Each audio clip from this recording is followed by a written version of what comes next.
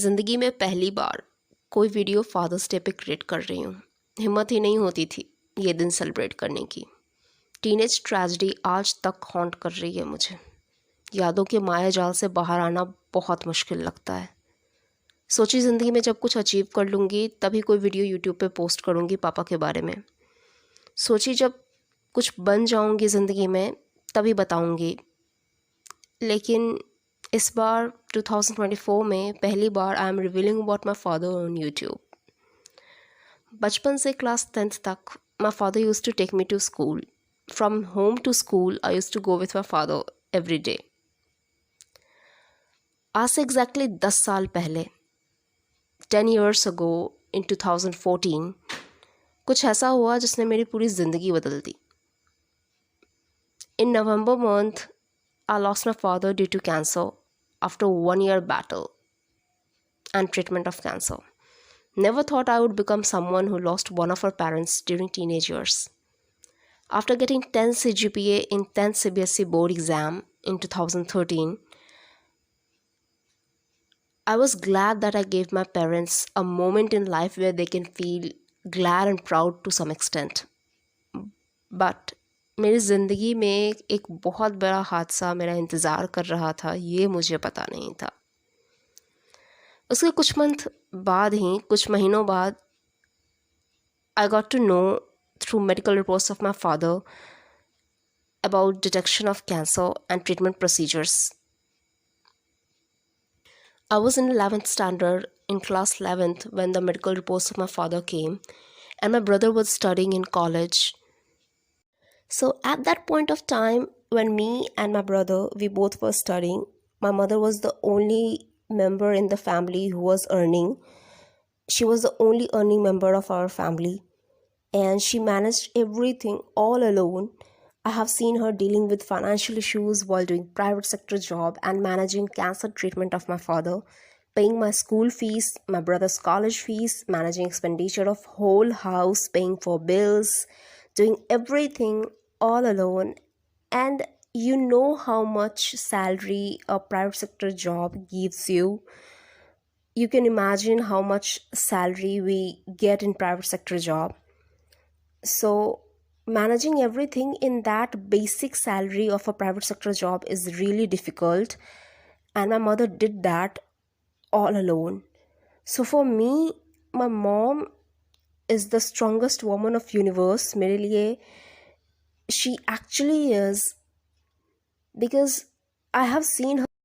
कोई औरत ऐसी सिचुएशन से गुजरना नहीं चाहेगी जिससे मेरी माँ गुजरी है, और जितनी मुश्किल हालातों से, जितनी मुश्किल जो घटनाएं हमारी ज़िंदगी में घटी और उसका सामना मेरी माँ ने किया है, कोई औरत नहीं करना चाहेगी. No woman would want to go through it.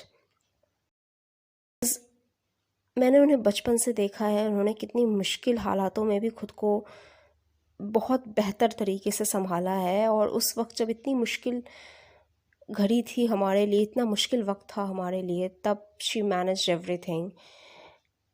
Chemotherapy, medicines, हर खर्च को मेरी माँ ने प्राइवेट सेक्टर की जॉब करते हुए संभाला है. हमारे स्कूल की फ़ीस, सब कुछ मैनेज किया है.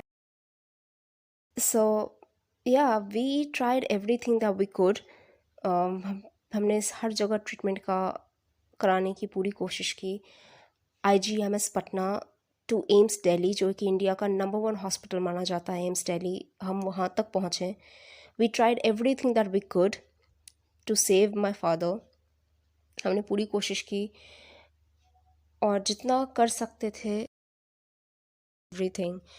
माई brother was studying in college, और वो कॉलेज के एग्ज़ाम्स के साथ साथ पापा को हॉस्पिटल लेके जाना, अपॉइंटमेंट, डॉक्टर्स की अपॉइंटमेंट जब भी होती थी उससे भी मैनेज करना. कॉलेज से इस हॉस्पिटल, उससे उस हॉस्पिटल, यहाँ से वहाँ, कॉलेज तक जाना, इतनी भाग दौड़, इतनी समर सीज़न होता है, इतनी गर्मी होती है और उस धूप में आप हॉस्पिटल से कॉलेज, कॉलेज से हॉस्पिटल आते जाते हो, मेडिसिन के लिए कभी जा रहे हो, कीमोथेरेपी के लिए लेकर जा रहे हो, चाहे कोई भी सीज़न हो, चाहे ठंड बहुत ज़्यादा पड़ रही है सुबह के टाइम, फिर भी अगर कीमोथेरेपी का सेशन है, अपॉइंटमेंट मिला हुआ है कीमोथेरेपी का, तो सुबह के 4 बजे भी अगर हमें निकलना होता था घर से, तो सुबह के 4 बजे भी लेकर जाया जाता था. मम्मा और भैया पापा को लेकर जाते थे हॉस्पिटल। मैं नहीं जा पाती थी उस टाइम पे क्योंकि मुझे स्कूल जाना होता था। मैं क्लास 11th से 12th तक का सफ़र मैंने पूरा उसी वक्त को देखते हुए गुजारा है जहाँ कीमोथेरेपी चल रही थी मेरे पापा की। एंड मैं उस टाइम पे भी स्कूल जाया करती थी और बहुत मुश्किल हुआ करता था। मम्मा और भैया पापा को लेकर हॉस्पिटल जाते थे और मैं स्कूल जाया करती थी। स्कूल की वैन आया करती थी मुझे पिक करने के लिए घर से और स्कूल ड्रॉप किया करती थी। स्कूल वैन से मैं जाती थी उस टाइम पे। मेरी आंखों में आंसू होता था, विंडो सीट पे बैठती थी और बाहर की तरफ देखकर बस आंखों में आंसू लेकर स्कूल तक पहुंचती थी और वापस भी आती थी स्कूल से तो बस आंखों में आंसू होते थे। समझ नहीं आता था ज़िंदगी में क्या करूँगी और आगे क्या होगा, कुछ समझ नहीं आता था। सिर्फ अंधेरा नज़र आता था उस टाइम पे। बहुत मुश्किल वक्त था। शब्दों में शायद मैं बयां ना कर पाऊँ वो वक्त कितना मुश्किल था। That was really terrible, I would say. बहुत हॉरिबल वक्त था वो मेरे लिए। एंड शब्द नहीं है मेरे पास जो उस वक्त को मैं बयां कर पाऊँ। जब तक मैं क्लास 11th से क्लास 12th तक का सफ़र मैंने तय किया। When I came in class 12th till whole 1 year, पूरे 1 साल तक ये सब चलता रहा।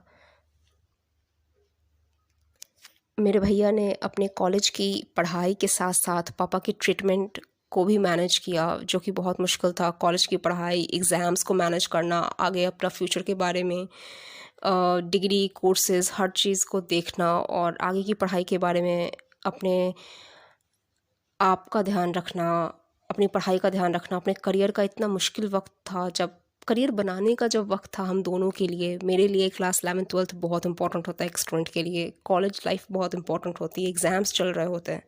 उस टाइम पे हम इस प्रॉब्लम से गुजर रहे थे ज़िंदगी में। और my brother for me he is the best सन। एक बहुत अच्छे बेटे की तरह उसने हर फ़र्ज़ निभाया जो एक बहुत अच्छे बेटे को निभाना चाहिए।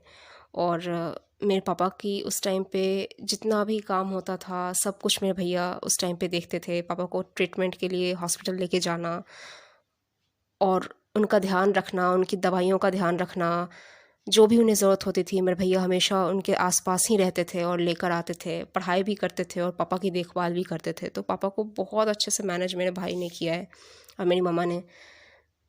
और मेरे तो बोर्ड एग्ज़ाम्स आ रहे थे, मैं इतना वक्त नहीं दे पा रही थी और उसका जो गिल्ट है ना, that is killing me from inside. आज तक मुझे ये बात का अफसोस है कि मैं ज़्यादा वक्त पापा को नहीं दे पाई, ज़्यादा टाइम स्पेंड नहीं कर पाई उनके साथ। मेरे भैया ही एम्स दिल्ली आए थे पापा को लेकर। मैं स्कूल में थी, मुझे स्कूल जाना पड़ रहा था। ऑब्वियसली बोर्ड एग्ज़ाम्स आ रहे थे, मैं क्लास 12th में आ चुकी थी तो मैं स्कूल लाइफ छोड़ नहीं सकती थी उस टाइम पे।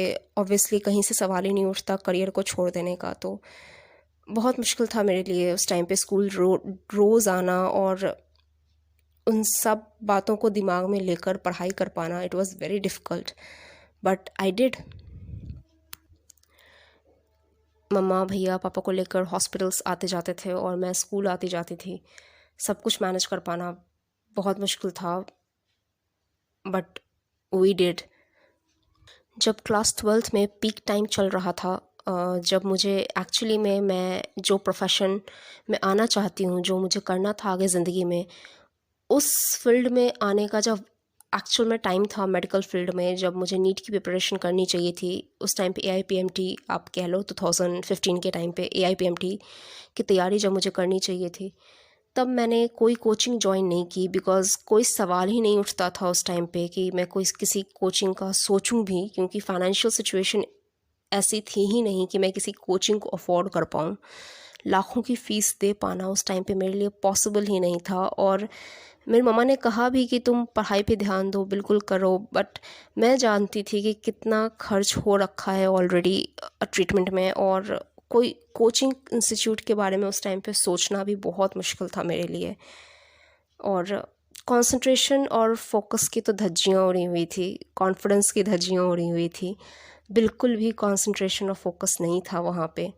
I use to cry before board exams. Board exams के टाइम पे भी मैं रो रही थी काफ़ी ज़्यादा। I use to feel empty and there was a void within. एक खालीपन और सूनापन सा था जिसे शब्दों में बयां कर पाना बहुत मुश्किल होगा मेरे लिए। एंजाइटी थी, स्ट्रेस थी, बोर्ड एग्ज़ाम्स आ रहे हैं और मेरी ऐसी हालत है कि मैं पढ़ाई ही नहीं कर पा रही हूँ। 10th इतने अच्छे मार्क्स से पास करने के बाद मुझे लगा कि मैं 12th में भी बहुत अच्छा करूँगी, बट शायद मेरी मेरी मेरी ज़िंदगी ने मेरे लिए कुछ और प्लान आउट किया हुआ है। और सीबीएसई बोर्ड के एग्ज़ाम्स के टाइम मैंने अच्छे से एक रिस्पेक्टेबल स्कोर तक तो मैं पहुंच गई। After passing out CBSE board exam with pretty decent marks, I should say a respectable score, which I got even after witnessing father's death. I got 95 in biology, 95 in English, and 91 in Hindi, and three subjects I got 90 plus, but physics और chemistry I couldn't score 90 plus obviously, क्योंकि concentration of focus की धज्जियाँ उड़ी थी, concentration of focus was not there, so I couldn't score 90 plus in physics and chemistry. पूरे time बैठ के रो रही थी। और फिज़िक्स के एग्ज़ाम से पहले तो बहुत बुरा हाल था, क्योंकि वो पहला एग्ज़ाम था और मुझे वोमिटिंग हो गई थी सेंटर पे पहुँच कर ही। एग्ज़ाम हॉल के पास जब पहुँची सेंटर पे तभी मैं वोमिटिंग हो चुकी थी, and I was not in a very good state, mentally और फिज़िकली मैं बिल्कुल भी बहुत बुरे हाल में थी, मैं यही कहूँगी। पापा को गए हुए 3 महीने हुए थे और मैं बोर्ड एग्ज़ाम्स दे रही थी, तो वो 3 महीने का टाइम मुझे प्रिपरेशन का मिला था, बट मेरा माइंड एकदम भी उस टाइम पे कंसंट्रेट करने और फोकस करने की सिचुएशन में था ही नहीं। I was dealing with a lot of anxiety, stress, sorrow, pain, shock and regret was killing me कि मैं कुछ कर नहीं पाई। शायद मैं कुछ और वक्त अच्छा स्पेंड कर पाती पापा के साथ, कुछ कर पाती उनके लिए, मैं शायद उन्हें और एक खुशहाल ज़िंदगी दे सकती, कुछ बहुत अच्छी ज़िंदगी में उन्हें खुशियाँ दे सकती। शायद मैं बहुत अच्छा नहीं कर पाई। इन सब का रिग्रेट मुझे अंदर ही अंदर बहुत तकलीफ़ दे रहा था, और मैं कॉन्सेंट्रेट तो बिल्कुल भी नहीं कर पा रही थी पढ़ाई पे, एंड उसका असर भी दिखा। मेरा नेम और मेरा पिक्चर न्यूज़पेपर में था इन क्लास टेंथ के बोर्ड के एग्ज़ाम्स के जब रिज़ल्ट आए थे तो मेरा नाम और मेरी फ़ोटो आई थी न्यूज़पेपर में, बट क्लास 12th में वो नहीं हो पाया, जिस वजह से काफ़ी बुलिंग भी हुई। There was a girl in my class who used to bully me. मेरे स्कूल लाइफ में एक लड़की थी जो मुझे बुली किया करती थी, अजीब अजीब बातें मेरे बारे में फैलाया करती थी। She used to spread rumours and lies about me, and उसने अपना एक ग्रुप बना रखा था कुछ लड़कियों को कुछ स्कूल के लोगों को मिलाकर, और उन ग्रुप में वो अपनी सारी बातें शेयर करती थी और मेरे बारे में अजीब ही साजिशें किया करती थी। एंड उसकी कॉन्स्पिरेसीज़ और हाई स्कूल पॉलिटिक्स से मुझे काफ़ी कुछ सीखने को मिला। उसने एक अलग ही अपनी साजिशों का दुनिया बना रखा था, एंड वो बुलिंग और उस साजिशों के उस सिचुएशन से गुज़रने के बाद काफ़ी कुछ सीखने को मिला ज़िंदगी में। सो स्कूल में बुलिंग का भी सामना करती थी उस लड़की। एक लड़की जिसका मैं नाम नहीं ले रही हूँ, but there was a girl who used to bully me, and उसने काफ़ी प्रॉब्लम्स क्रिएट की थी ज़िंदगी में मेरे लिए। स्कूल लाइफ में मेरे लिए काफ़ी मुश्किल बना दिया था। एक तो मैं अपनी पर्सनल लाइफ में इस सिचुएशन से गुजर ही रही थी जहाँ पापा की ट्रीटमेंट चल रही थी, पापा को खो देने का गम, और वो सब दुख से उबरने की कोशिश कर रही थी। और साथ में एक और प्रॉब्लम ये भी थी कि स्कूल लाइफ में मेरा कोई दोस्त नहीं था, कोई भी लड़की मेरी फ्रेंड नहीं थी उस टाइम पे, एंड जो एक लड़की थी वो दुश्मन ही बन चुकी थी, बिकॉज शी वॉज बुलिंग मी। वो मुझे बुली किया करती थी। उसे 10th में भी कम मार्क्स आए थे, 12th में भी कम मार्क्स आए थे, बट स्टिल वो मुझे 10 CGPA आया था, 10th में उसे 9.4 आया था। मुझे 12th में 85% आया था, 95 बायोलॉजी में, 95 इंग्लिश में, और मुझे 2 सब्जेक्ट में 95 था एटलीस्ट, कम से कम।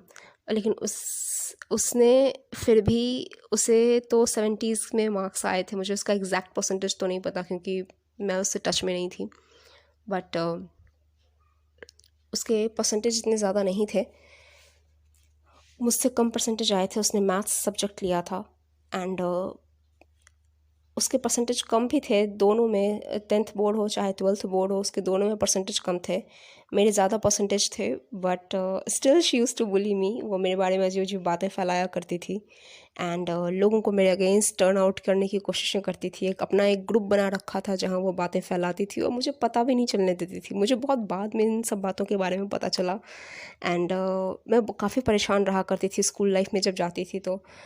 एक तो अलग ही अलग सिचुएशन से डील करती थी। एक तो पापा को खो देने का गम था, पापा चले गए, एंड अकेलापन, सूनापन, वो सब कुछ था, वॉइड था, दुख था, रिग्रेट था, गिल्ट था। इन सब से मैं जूझ रही थी, झेल रही थी इन सब सिचुएशन को। और उस लड़की की वजह से एक अलग ही सिचुएशन चल रही थी ज़िंदगी में, एक अलग ही साजिशों का सामना करना पड़ता था। उसकी साजिशें ख़त्म ही नहीं होती थी और चलती रहती थी। इनफैक्ट आज तक वो मेरे लिए साजिशें प्लान आउट करती है, और भगवान की कृपा से, ड्यू टू गॉड्स ब्लेसिंग, शायद आज तक मैं ज़िंदा हूँ और सांसें ले रही हूँ। तो ये भगवान की कृपा है, आई वुड से, कि भगवान ने ही शायद मुझे इतनी शक्ति और हिम्मत दी है कि मैं आज आपसे ये बातें शेयर कर पा रही हूँ, और आज यहाँ तक मैं चल कर आई हूँ। 10 साल गुजारे हैं मैंने, 2014 से लेकर 2024 तक। वो लड़की जानती थी कि मैनिपुलेट किसी को कैसे किया जाता है। That girl new the art of manipulating people and forming group. लोगों को मैनिपुलेट कैसे करना है, किसको क्या बोलना है, उसे बहुत अच्छे से ये साजिशें करना आता था। उसे एक ही चीज़ बहुत अच्छी आती थी, वो थी साजिशें करना। और काफ़ी सालों तक, जब तक स्कूल लाइफ थी तब तक उसका सामना किया, और उसके बाद भी शायद आज भी काफ़ी कोशिशें उसकी तरफ से होती हैं कि कुछ ना कुछ किया जाए। बट भगवान की कृपा से भगवान ने शक्ति दी है, इतनी हिम्मत दी है कि हर बुराइयों से बचा कर रखा है। और 16 साल की उम्र से लेकर since the 16th year of my life to now 25 year, 25 साल की उम्र तक, 16 से 25 साल की उम्र तक का जो ये सफ़र था, pain, guilt, regret, tears and dealing with memories which are still haunting me, उन यादों से आज भी मैं जूझ रही हूँ। वो यादें आज भी मुझे याद आती हैं। कहा ना, माया जाल है यादों का, और जिससे बाहर निकल पाना बहुत मुश्किल लगता है। Those memories keep me restless and persuade me to become bigger and powerful than pain. सिर्फ दो ही ऑप्शन है, या तो तुम जीत जाओ या तो वो दर्द जीत जाएगा। Who is gonna win? Who is more powerful, me or this pain? मैं ज़्यादा ताकतवर हूँ या ये दर्द? पापा को खो देने का जो ये गम है, ये जो दर्द है, ये ज़्यादा पावरफुल होगा या मैं ज़्यादा पावरफुल हूँ? ये जो पेन है, this regret, this guilt which is killing me from inside, मुझे अंदर ही अंदर तकलीफ़ देती रहती है ये बातें। क्या ये दर्द ज़्यादा ताकतवर है या मैं ज़्यादा ताकतवर हूँ? Who is more powerful? Who is gonna win? किसकी जीत होगी, मेरी या इस तकलीफ़ की, इस दर्द की, इन यादों की? किसकी जीत होगी, ये मुझे तय करना है। और इससे बाहर कैसे आना है, ये भी अब मुझे ही डिसाइड करना है। पिछले 10 साल में काफ़ी कुछ ज़िंदगी ने सिखाया है, और जो सिखाया है वही मैं इस चैनल के थ्रू आपसे शेयर करने की कोशिश करूँगी आगे। बहुत दूर से चल कर आ रही हूँ, 25 साल ज़िंदगी के गुजारे हैं, और आगे भी आपसे आज तक जो भी सीखा है कोशिश करूँगी आपसे शेयर करने की। मैं एक नीट एस्पिरेंट हूँ।